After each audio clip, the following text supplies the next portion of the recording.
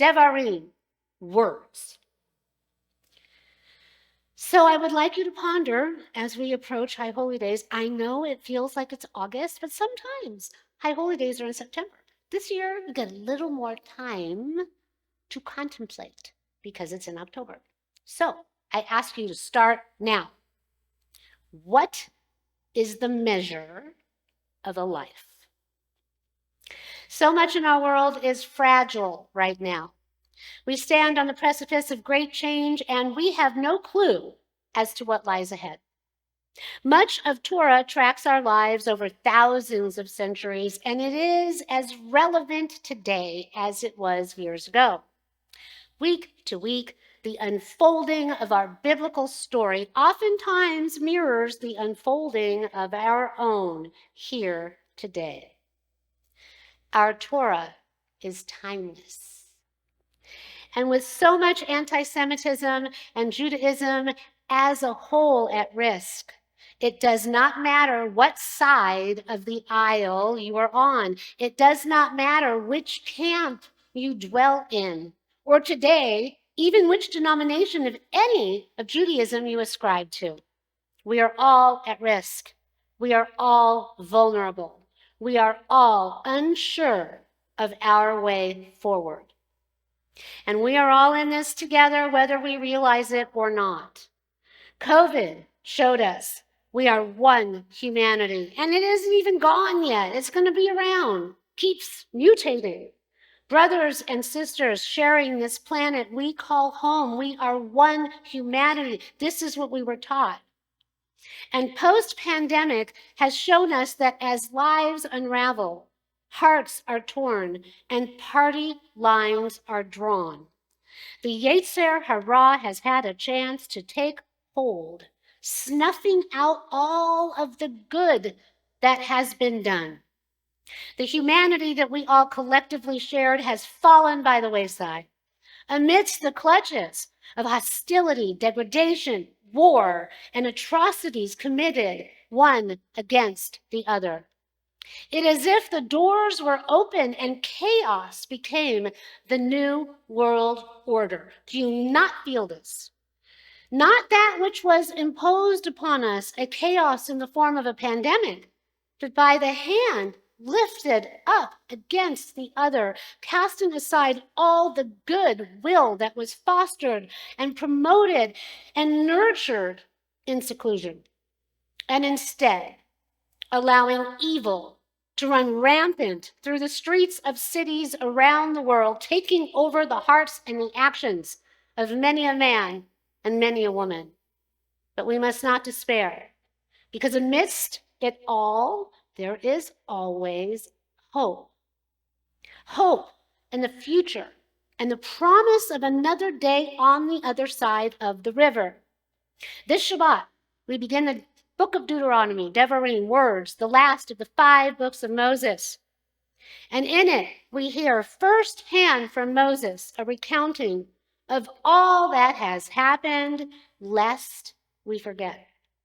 A retelling of the lessons and the reasons for the journey. The story of our wandering and how God carried us like a parent does a child. We are given a prelude of what is to come. Moses doesn't get into the promised land, and he even passes. He moves on. His tomb and his whereabouts are undisclosed, which is so unusual. It is not like all the others accounted for in the Torah. It is a mystery that remains to this day unsolved. Moses devoted his entire life to serving God, supported the future as commanded and laid out, and humbly sacrificed himself to bring the generation of the Exodus to the promised land, only to realize at the end of the journey that neither they nor he would cross over. Shoshana Yakovitz shares commentary on this. What will Moshe's legacy be, and what will Bnei Yisrael take of his leadership into the next chapter of their peoplehood? How does one measure a life? Moshe's passing is certainly the end of a chapter of a Chumash even, but it mostly is a beginning. Bnei Israel crossing the Jordan River into the promised land. Moshe's leadership is humble enough to make space for a successor and for the people to continue to unfold their story without him. Though Moshe's death will take up emotional space, and Bnei Israel bewailed Moshe for 30 days, it does not take up physical space. No one knows his burial place to this day, as we said. Moshe's life is not measured by location, but in the years of a life, the years of service, and his legacy. Moshe was 120 years old when he died. May that be so for all of us, if we want it. His eyes were undimmed and his vigor unabated, and that is true leadership. So, as was previously stated, his eyes were undimmed and his vigor unabated. So I know it's very strange. I know some of you have heard the story, but when my mother was dying, my mother always kind of felt the way, you've seen me do, believing in the messages and all that. But she was afraid as she was dying that these messages weren't true. And what if she had just imagined it her whole life? So she was very nervous, and my mother-in-law had been hit by a car and killed and cremated, and she was put in a crematorium that originally we were going to one that I stopped everyone from going to because we found out, I felt it, but we found out days later as everyone thought I was crazy and I made them in a big thunderstorm go home and find another place, that the bodies of those who'd been cremated were being mixed up and given to the wrong people. So we finally found another one, which turned out to be right near our house in Laguna, in the area of Newport Beach and Laguna. And the family wanted us to look through the window, the spouses, and make sure that it was actually her going in and her coming out. My mother, knowing this, and of course being a little competitive, she said, no, that's not good enough. When I die, I want you in the room while I'm cremated. So I had a really hard time finding a place, and some of you heard the story, to let me do that. And this is why I'm so good with all of you when you're sick and when we're dying and all that, and why it matters so much to me, because I've seen the process up close and personal. And so turns out, of course, we all know, I think I've told you, we all just did go for a nice meal on Tuesday. And so, but my mother loved lobster, so she loved red lobster. So come to find out, at the time we were living in Texas, we're from here, that there was a red lobster that had been turned into a mortuary in a crematorium. So she got to stay in the refrigerators of the red lobster, and then she got to go into the place. And as it turns out, and I think in the Hindu and the Buddhist religion, they sing, they dance, they shake timbrels, they do all that. So my mother had not been very religious. She was always afraid somebody would come find us and kill us. And so, but it was interesting because as she was dying, she thanked me for bringing her back to her Judaism. And she asked me to sing all the prayers and do all this while she was being cremated. So I was in the room and I was singing all the prayers and doing all that. And the little pine casket was making its way into the furnace. And all of a sudden, I got this feeling, open it up, open it up. So I start screaming, open it up, stop the conveyor belt, stop it, open it up. And the guy was like, we can't do this, we can't open up. I said, you are opening this up or I'm throwing my body on the coffin. So he stopped it, opened it up. And my mother's face had a smile and one eye was open. And as we just read, her eyes were undimmed. There was a light and a vigor to her smile. And the person that was there with me said, this is impossible. There are no muscles to hold this up in the face. She's not embalmed. There's no way this is possible. I said, it's okay. She just wanted me to know what she saw and that it was true. Now you can see Rebecca. Put her in. And I don't want to tell you, those of us that have little parts in our bodies, those things don't die. It is the quickest way, ashes to ashes, dust to dust. So a very clean process. So they did it, they gave her to me, all that was that. So this is why, like when people say to me, is there something else? Yes, there's something else. There's no reason to be afraid of death. We don't want to die. We don't want to leave the people that we love. Moses wanted to go into the promised land. You think he did all that and then he wanted to stay on the other side? No. But he humbly, as it said, made space for the next generation, made space for his successor to come in humbly. And that's what God did at the beginning of creation. God made space. God retracted, as we know Kabbalistically, so that all of this world could come into being. So here we all are. Devarim, Deuteronomy. And we remember Bereshit. God spoke, and what happened? The world came into being. Moses spoke, even working with a stutter, to help relay God's message and bring the Israelites and a new generation forward into a new way of being. Words were spoken, a promise was made, and action was taken. We are a religion of action. We say the blessing, we light the candles. We say the blessing, we drink the wine. We say the blessing, we eat the challah. We say the blessings at the Seder, we do everything else. Sometimes moves that we have done were positive, propagating forward progression, and sometimes our words and our flawed humanity got in the way, negating all the wandering and the potential to dwell within that which was promised.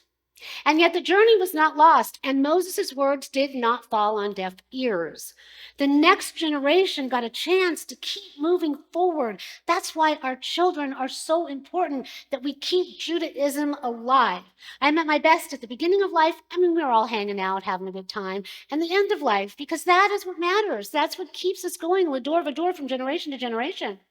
And if someone has a story, we tell that story, we honor that story, and it's the greatest blessing and gift to help them move on.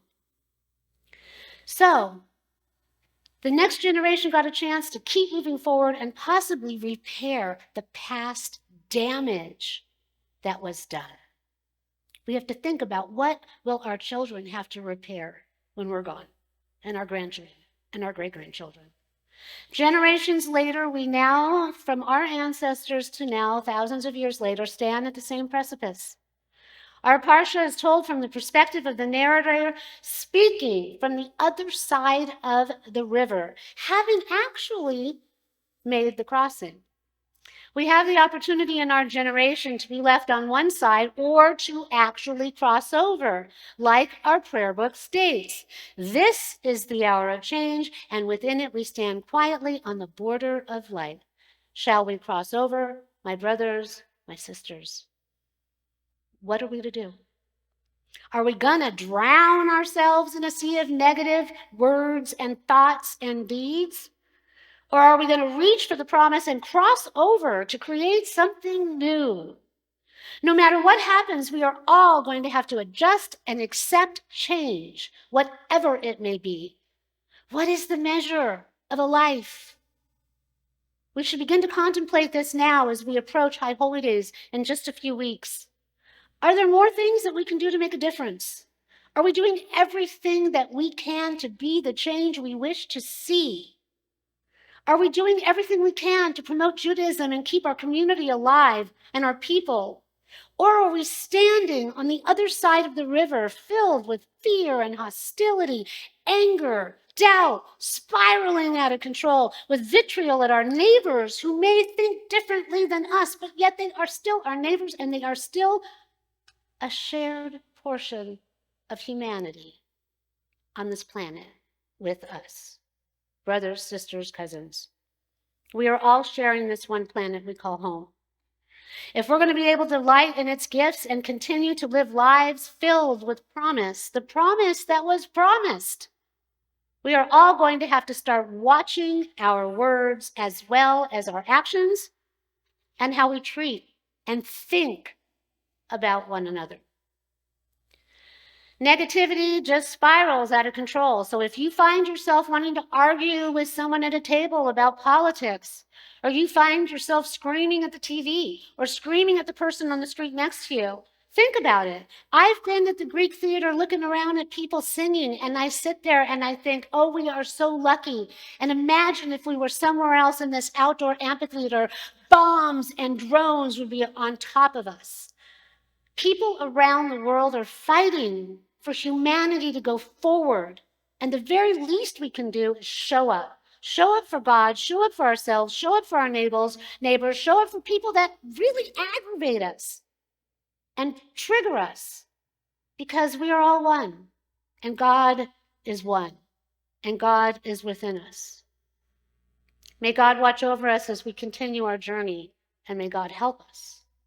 May God continue to carry us as a parent does a child through all of our years, whatever they may be. As the tides turn and our book comes to a close, may the measure of our lives show we cared and we did our best. Through all the pain and despite our pain, we had faith. We remained open. We were open-minded, open-hearted, open-handed, and with the unwavering belief that God was there. God is always here. Candy Hiratson, may it be God's will. Shabbat Shalom.